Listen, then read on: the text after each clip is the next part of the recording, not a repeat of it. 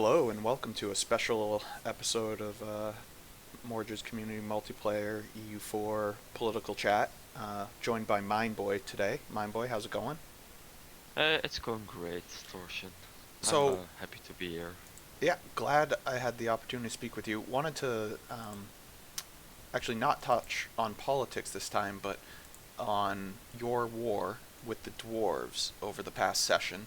And Yeah, the reason I wanted to speak with you is this is the first major war in Ambenar for this community between players of different races. And I wanted to get a feel for how that worked out. So, for those not super familiar with the mod, we have the elves, elven military, slow manpower recovery, increased drill gain, and they lose drills slowly, and then increased discipline. Reinforced speed is also a little bit slower. And then on the dwarven side, you also have some reductions in manpower as well as cavalry combat, but they make up for it with reductions in fire and shock damage taken, as well as an extra arty damage from the back row. So, um, 15% discipline essentially versus shock, fire damage reduction, and arty damage. Elnetvir obviously won. Going into it, the sides weren't perfectly even, but how was it as an elf fighting against a dwarf? uh, I mean against Ernatfjord and the other dwarves it was a pretty decent fight. The bonuses and minuses of each other I think pretty cancelled each other out. But the biggest problem was Virgil Gulen because they have the discipline and the damage uh, minuses, so they had, Yep. I think they had 20 merc discipline and then they're minus 15 shock and fire damage. Yeah, they start with base 15 mercenary discipline, and then their ruler is strict, giving them 120, and with a military advisor, 125 discipline right there. Not to mention, um, let's see if Yeah, how the do we mission tell 3 with gets a this? lot of mercenary bonuses. Yeah, and I think some of these, I don't know how you can tell, but It's, I think if you click on them, it should already save the special bonuses. so it would say if they did like this Golden Company special, Yeah, where would it tell me their special bonuses? I think it's on top, Oh, but here we go. Infantry yeah. combat ability 20%. Okay, so from your perspective, you did have the defensive terrain. You had some caverns, as well as the -1 rolls from the Dwarven Road.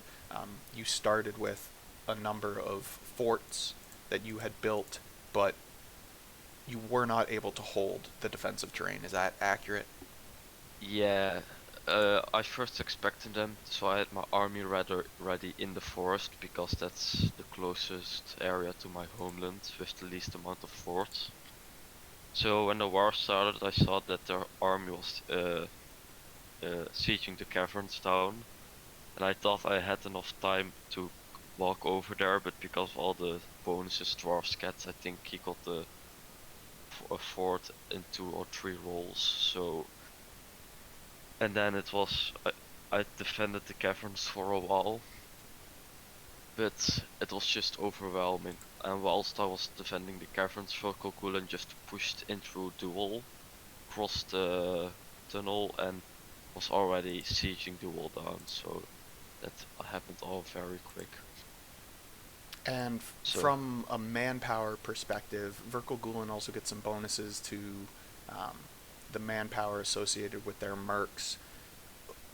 Was Verkal Gulen the biggest factor in that war? So if it was just you versus Elnet Veer, take Duel out of it, take Verkal Gulen out of it, do you think you could have held up?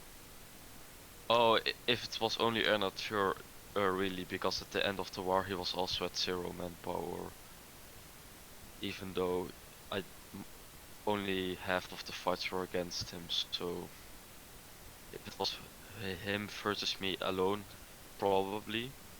But then we had the rammed wars, and then Vertical Gulen was the biggest, together with those centaurs who were just dealing so much damage. if I wasn't fighting them in the caverns of forest. And then, as you look back on the war, any lessons learned from the terrain of the Serpent Spine as well as the forests? Anything you would do differently from a terrain perspective? Uh, I think I should have taken some battles differently, but also because I have those teleportation provinces, the moving around was a bit annoying, because sometimes my armies decided to walk straight into an enemy uh, position to take those teleportation provinces. So I think I lost a stack through that, because I wanted to move somewhere else, but because that's technically the shortest way, they decided to walk into in a sieging stack. Ah, interesting.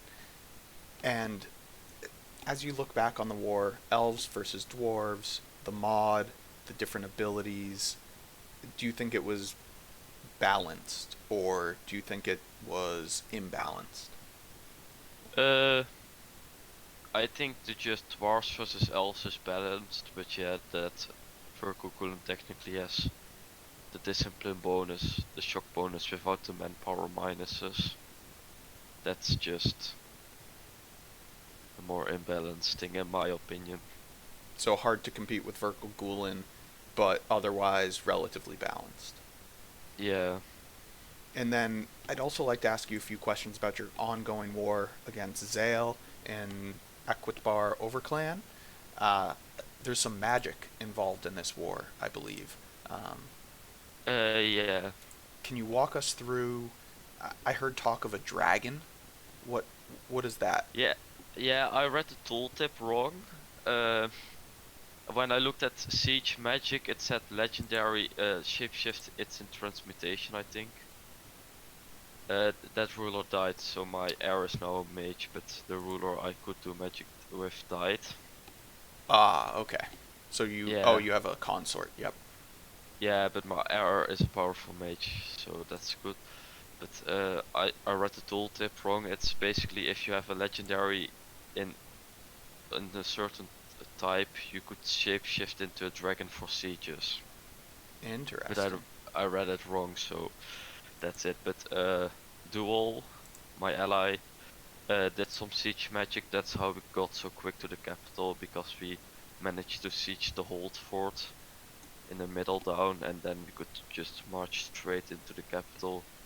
He sieged the capital down, and then he was done with his studies of necromancy and became a witch king. Yeah, so relatively low stats, but um, ruler is a witch king, army is undead. So, what has that been like? Fighting with an undead army against a goblin administration and goblin army. Yeah, the defensive battles were really laughing to look at, because it's already discussed in chat, but there was one battle where he had a 20k stack sitting there, and in total there were 60k against him, and he still won just by outlasting him morale. Yeah, the unbelievable morale from the zombies here. Um, Cavalry not too impressive, but army morale very impressive. Um, Yeah, he loses the other dwarven advantages, though, right? I think he loses the dwarven military, yeah, Okay. but yeah, he has some uh, quality bonuses in his personal IDs, so that makes up for it. Yep, he's got combat ability, discipline, shock damage, and then once he gets a little bit further, he'll have morale of armies. So, pretty Yeah. good idea set here from Odval Lodholm. Yeah, the really annoying thing with him was he takes ages to march from one province to another. Yeah, 75% movement speed reduction. Has that been a Yeah. big factor in this war? Uh, yeah, basically he can't really reinforce a battle, because when he's wanting to reinforce a battle, the battle's probably already over before he comes in. So he So has to he's move his not, whole army at once, basically. yeah, but he's more of, it's better for him to just defend the province because of the unit, how it works, because it has more defensive morale than offensive morale. And there's So, something about regaining manpower. How does that work? from what I saw, what he sent me after he won a battle, he gets an event which gives him 1k manpower. Okay. So nothing too significant, but yeah. No, it's a nice boost. He's very high max manpower, so he's gaining quite a bit. Yeah, I think the moment he switched, he got doubled his manpower and also doubled his force limit. Impressive.